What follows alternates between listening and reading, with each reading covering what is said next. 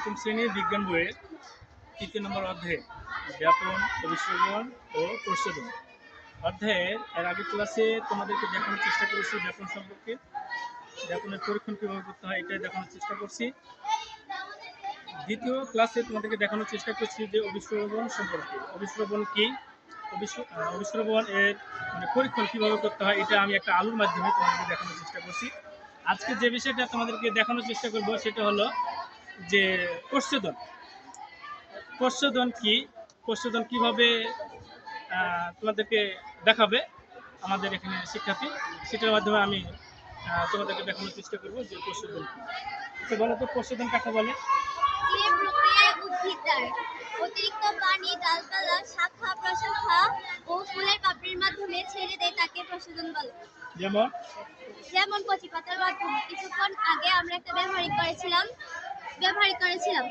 প্রথমে একটি গাছকে পলিথিন দিয়ে মরিয়ে একটি সুতো দিয়ে বেঁধে দিয়েছিলাম। কিছুক্ষণ পরে আমরা দেখতে পেয়েছি পলিব্যাগের ভেতরে কিছু বিন্দু বিন্দু পানি জমেছে।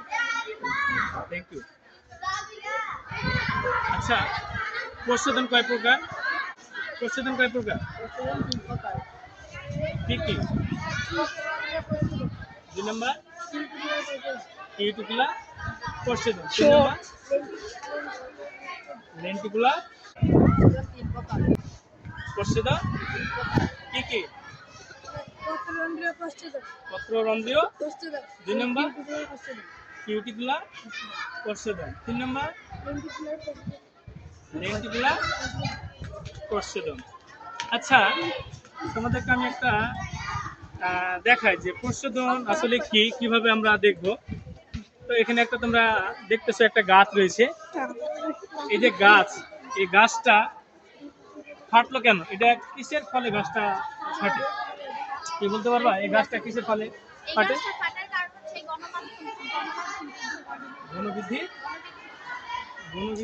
ফলে গাছটা ফেটে যায়।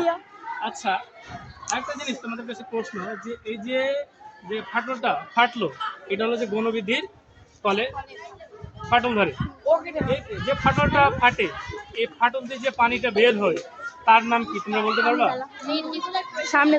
লেন্টিকুলার প্রচ্ছদনের মাধ্যমে গাছের ফাটল দিয়ে পানি বের হয়। Thank you. আজকের ভিডিও তোমাদের এখানে সমাপ্ত।